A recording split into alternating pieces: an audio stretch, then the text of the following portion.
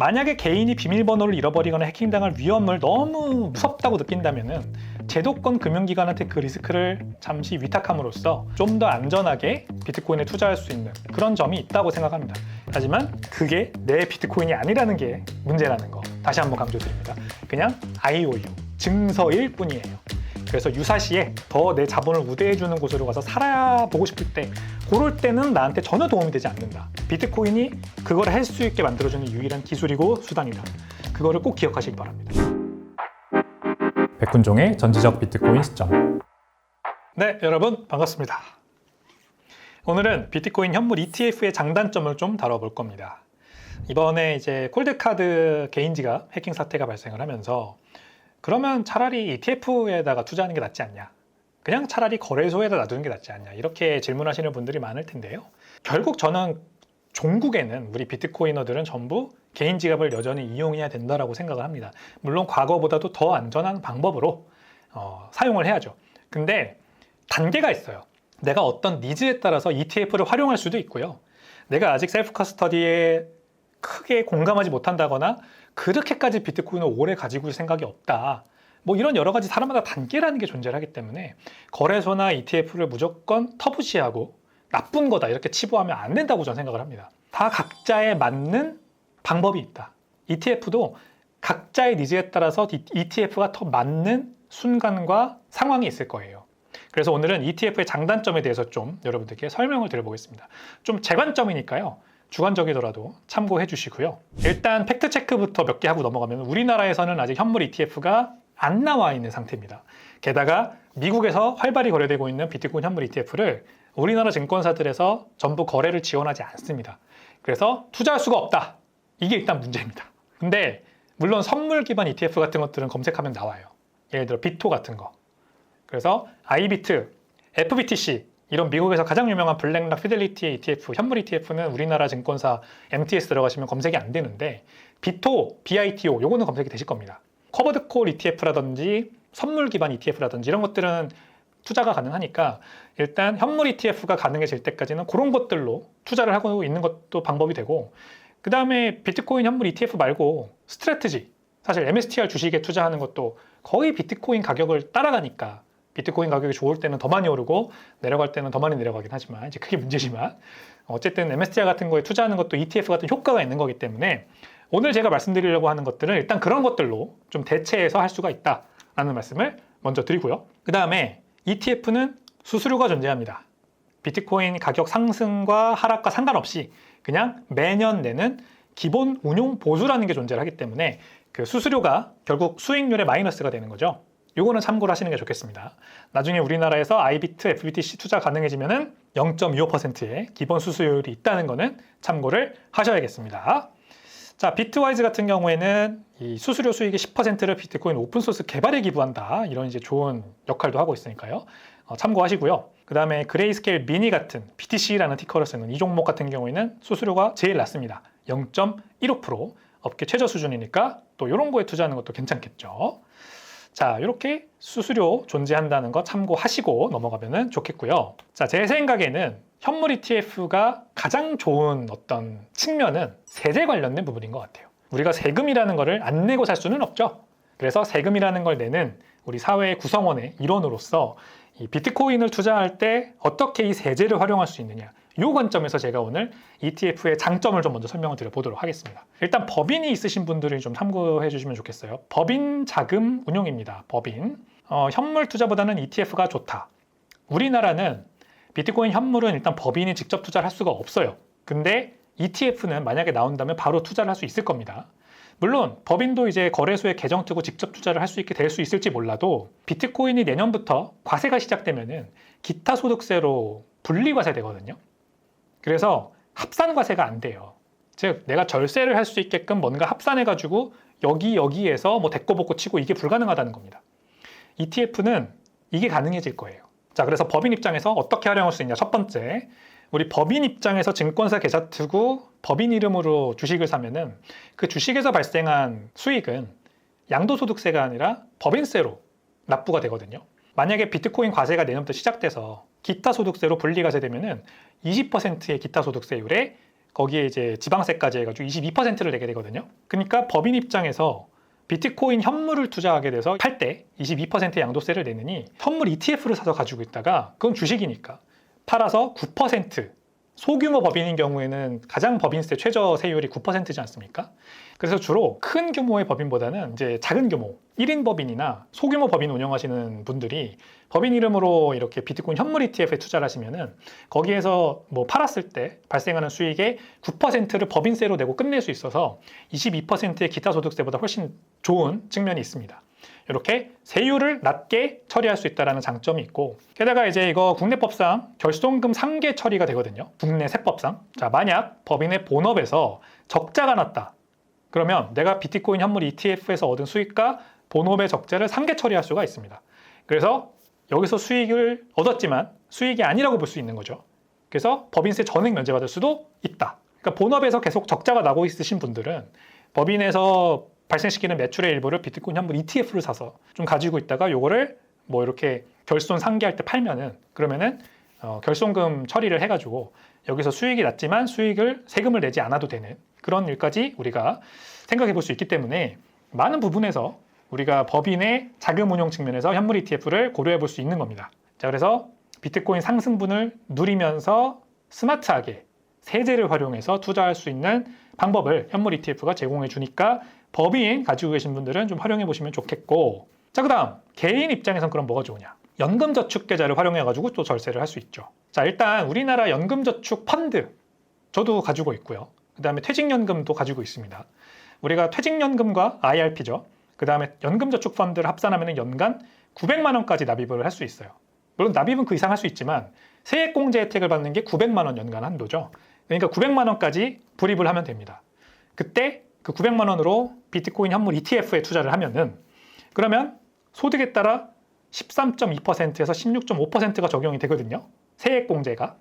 그러니까 900만 원을 넣었다. 거기에서 16.5% 세액공제를 받는다면 최대 약 148.5만 원을 환급을 받는 거죠. 세액공제는 결정된 세금액에서 그대로 공제를 하는 거니까 좋은 거죠. 그래서 최대 148만 원 매년 환급 받을 수 있는 겁니다. 그러니까 얼마나 좋아요. 자, 그 다음 일반 계좌에서는 매매 차익이나 분배금 발생 시 즉각적으로 세금을 내야 되지만 연금 계좌에 들어가면 인출 전까지 세금 납부가 미뤄지죠. 과세가 이연되죠. 그러니까 매년 뜯기는 세금이 없는 거니까 이게 계속 재투자되는 효과가 있어서 복리 효과가 극대화되는 효과가 있습니다. 복리 효과 굉장히 중요하잖아요. 복리 효과는 단 한 푼이라도 더 증가됐을 때 배가 되죠. 그래서 세금을 안 뜯긴 상태로 10년, 20년 가져갈 수 있으니까 복리 효과가 배가 되는 그런 효과가 있고요. 자, 연금 수령 시 저율과세를 본다. 결국 55세, 만 55세 이후에 연금저축 펀드에는 돈을 우리가 수령할 수 있는데 그 전에 수령하면은 이제 연금저축 펀드 해지가 됩니다. 그래서 그동안 받은 세액공제, 제가 여기 말씀드린 148만 원 매년 받는 거 이거 세액공제 이거 다 토해내야 돼요. 그러니까 연금저축 펀드에 넣은 돈은 만 55세 이전까지 안 찾는다는 각오로 은퇴 나이 이후에 찾는다는 각오로 찾아야 됩니다. 만약에 연금저축에 들어가 있는 비트코인 현물 ETF를 만 55세 이후로 팔아서 현금화해서 가져온다. 그러면 그때부터는 양도세 22%가 아니라 3.3에서 5.5%의 아주 낮은 연금소득세율만 적용을 받을 수가 있는 겁니다. 이제 우리나라도 과세 시작되고 비트코인 현물 ETF 나올 거고 뭐 이렇게 될 거기 때문에 연금저축 펀드로 아마 투자할 수 있을 거예요. 그렇게 되면은 연금저축 펀드 IRP 합산 900만 원 활용해서 이렇게 하시면 좋습니다. 22%라는 높은 세율을 내는 건 너무 아깝잖아요. 기타 소득세. 근데 3.3%에서 5.5%의 연금 소득세율만 내면은 훨씬 더 절약해서 내 비트코인을 이제 현금화를 물론 해야죠. 현물 ETF를 가지고 있다가 현금화해서 나오는 거긴 하지만 어쨌든 세금이 확 줄어든다는 장점이 있습니다. 자, 이렇게 이제 일석삼조의 효과로 절세 전략을 세워보시는데 현물 ETF를 사용할 수 있기 때문에 법인의 입장에서 또는 개인의 입장에서 현물 비트코인보다 ETF가 유리한 측면이 분명히 있어요. 그래서 이런 것들을 활용할 수 있는 ETF 너무 나쁘다고 우리가 터부시할 거 없다. 각자 처한 상황에 맞게 각자 활용할 수 있는 방법을 극대화할 수 있는 환경에서 현물 ETF를 사용하면 좋다라는 거고요. 자, 아까 말씀드린 것처럼 아직까지 우리나라는 현물 ETF 투자가 안 되니까 MSTR 같은 간접 상품 같은 거를 연금 계좌 내에서 활용하는 것도 방법이다라는 말씀드립니다. 물론 연금저축 펀드나 IRP에서 개별 주식에 직접 투자하는 것은 안 되겠죠. 근데 MSTR 글쎄요, 제가 찾아보진 않았지만 MSTR이나 코인베이스 같이 이렇게 디지털 자산 관련 상품들로 이렇게 만들어진 ETF가 있을 거거든요. 미국 상품으로 있을 겁니다, 아마. 이런 것들에 투자를 하면 되죠, 그동안은. 그죠? 이런 것들을 투자하면 비트코인 가격을 추종하면서 이렇게 계속 갈 거기 때문에 활용해 보실 수 있지 않을까 생각을 하고요. 특히 MSTR 같은 거는 제가 이렇게 3년 그 수익률 차트를 가져와 봤는데, 분홍색 선이 MSTR 주가고요. 그 다음에 노란색 선이 비트코인입니다. 보시면은 지난 22, 23년 하락장 때 이렇게 두 개 딱 붙어서 가다가 상승장이 찾아오자 MSTR 주가가 비트코인을 훨씬 상회하고 오르는 거 볼 수가 있죠. 지금도 하락장이잖아요. 이렇게 비트코인 떨어지자 MSTR 주가도 떨어져서 같이 이렇게 쓱 흘러가고 있는데, 아마 다음 상승장이 오면은 모르겠어요. 모든 트레저리 기업들이 다 살아남을지는 못할지 몰라도 MSTR은 그래도 그나마 가장 살아남을 가능성이 크지 않을까. 그리고 만약 살아남는다면 다시 상승장이 왔을 때 또 주가가 이때처럼 24년, 25년처럼 크게 상승하는 일이 있을지도 모른다. 그런 생각을 해보거든요. 그래서 이런 거를 우리가 또 바랄 수도 있잖아요. 그러니까 비트코인을 장기 저축 수단으로 물론 보고 계속해서 축적을 하시는 게 제일 좋지만, 그 중에서 일부 자산은 사람마다 다르겠죠. 10%, 뭐 20%?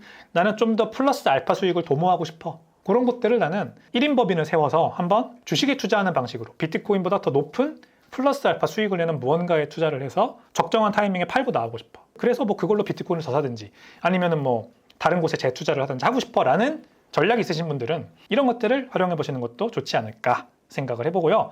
MSTR 다음 상승장이 올 때 굉장히 기대되는 종목이면 분명하다. 두 번째, 비트코인 현물 ETF, 이제 좀 안 좋은 부분에 대해서 말씀을 드리면, 저는 이게 가장 문제라고 생각해요.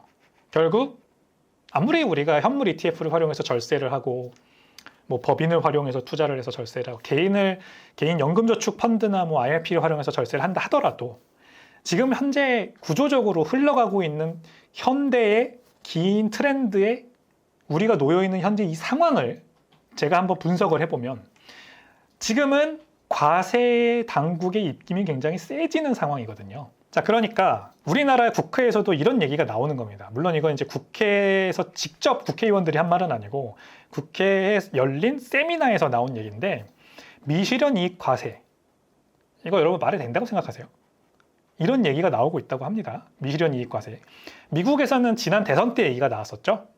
트럼프 당시 후보와 그다음에 카말라 해리스 후보가 공약으로 맞붙었을 때, 카말라 해리스 쪽 후보의 공약이 부자들의 이 부자세를 도입하겠다. 그리고 부자세의 가장 좋은 방법은 미실현 이익에 과세하는 거다. 왜냐면 부자들은 다 현금을 들고 있는 게 아니라 주식이나 부동산을 들고 있으니까 이들이 가지고 있는 이 차익, 기초 자산 차익 가격과 기말 자산 가격을 비교해서 아직 팔지 않았고 그냥 가지고 있는데, 이 차이만 가지고 미실현 이익에 과세를 하겠다라는 게 카말라 해리스의 공약이었어요. 지금 그리고 이게 네덜란드 같은 나라에서는 실제로 법안이 하원을 통과했습니다. 그래서 상원에서 지금 격렬한 반대에 부딪혔긴 한데, 어쨌든 네덜란드 같은 선진국에서, 유럽 선진국에서 하원에서 이게 통과됐다는 거 정말 놀라운 일이에요. 제가 이제 거시적인 긴 인류 역사의, 현대 인류 역사의 긴 트렌드에서 지금 우리가 놓여있는 위치에 대해서 말씀을 드리는 이유입니다.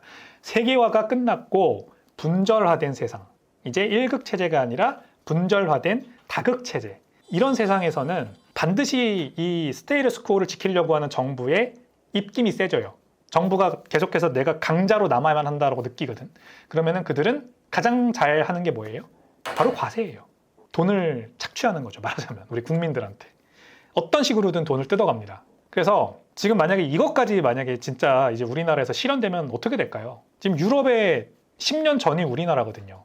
그러니까 우리나라의 지금 모습이 유럽의 10년 전이에요. 유럽에서 이런 것들이 먼저 다 얘기가 나오고 막 실제로 막 집행되고 막 있는 이런 상황에 우리나라에도 드디어 이 바람이 넘어와서 어떻게든 국민들이 가지고 있는 자산에다가 막 세금을 막 매겨서 최대한 많이 세금을 뜯어가려고 하는 막 이런 상황이 될 수 있단 말이죠. 그러면 어떻게 우리는 해야 돼요? 그냥 앉아서 가만히 있을까요? 내라고 하는 대로 다 내? 막 소득의 40%를 이제 국가가 막 뜯어간다고 해도 그냥 뭐 유럽처럼 복지 잘해주겠지 이러면서 그냥 가만히 있으면 될까요? 절대 그렇지 않습니다. 자, 그래서 아랍에미리트, 싱가포르, 스위스 이런 나라들이 전 세계에 있는 부자들이 자금을 여기다가 막 집어넣고 부동산 사고 이사 가고 막 별장 짓고 이러는 이유가 다 있는 거예요. 소득세, 자본이득세 0%, 싱가포르도 자본이득세 0%, 스위스 장기 보유시 면세. 자, 이렇게 특히 이 세 개 국가, 세 개 지역들이 가장 유명한 게 바로 크립토 헤이븐이라는 단어죠. 왜 크립토 헤이븐이에요? 왜 이 나라들은 암호화폐, 디지털 자산의 호혜적인 그런 과세 문화를 가지고 있을까요? 부자들이 자기네 나라에서 돈을 가지고 나오는 가장 좋은 방법이 바로 비트코인이기 때문이에요. 뭐 러시아, 중국 말할 것도 없죠. 거기 얼마나 많은 부자들이 있어요. 근데 이 부자들이 다 자국에서 자기 자산을 가지고 나오는 가장 좋은 방법이 비트코인이고, 비트코인을 그래서 이 싱가포르, 스위스, 아랍에미리트가 받아줬을 때 가장 많은 부자들을 끌어들일 수 있으니까 이렇게 하는 겁니다. 물론 소득세, 자본이득세가 0%라는 거는 비트코인에만 해당되는 건 아니에요. 모든 방법들이 다 마찬가지로 적용이 되는데 어쨌든 크립토 헤이븐으로 불립니다. 부자들이 다 비트코인으로 바꿔서 이런 나라들로 들어오거든요. 자, 그래서 우리도 생각을 해봐야 돼요. 국가가 40%씩 세금을 뜯어갈 때 괜찮다라고 느끼신다면 뭐 괜찮고요. 저같이 그건 좀 안 될 것 같은데 더 이상은 그렇게 느끼신다면 내 스스로 나를 보호할 수 있는 방안을 마련을 해놔야죠. 이런 나라들로 옮길 수도 있다라는 거를 실제로 내가 가서 이런 나라에 가서 살 수도 있다라는 거를 어느 정도는 준비를 해놔야 돼요. 마음의 준비라도 해놔야 됩니다. 그리고 내 모든 재산을 뭐 부동산이나 이렇게 뿌리를 박아놔야 되는 이 나라에 이런 거에다가 투자하는 것보다는 비트코인 현물 ETF도 사실 마찬가지죠. 증권사에서 발행해주는 주식이거든요. 그거 팔고 나가지 못할 수도 있잖아요. 팔고 나가려고 할 때 은행 계좌 거치는데 은행 계좌에서 이거 못 나가시는데요. 이러면은 끝나는 거예요. 게임 셋! 그럼 나는 묶이는 겁니다. 자, 그래서 미리미리 비트코인 같이 어떤 중앙정부나 국세청이나 뭐 누구든 검열할 수 없고 막을 수 없는 무언가로 바꿔놓고 있다가 혹시라도 이런 일이 발생하면은 미실현 이익에 과세한다 뭐 이딴 드립이 막 나오기 시작할 때는 진짜 이제는 나가야 되겠다 라는 생각을 하고 숟가락 젓가락만 챙겨서 진짜 머리에 시드 구멍만 기억하고 이런 나라들로 가면은 우대해 줍니다. 우대해 줘. 나를 막 어서 오세요. 우리나라는 자본이득세 없습니다. 소득세 없습니다. 상속세 없습니다. 이러면서 막 우대해 주거든요.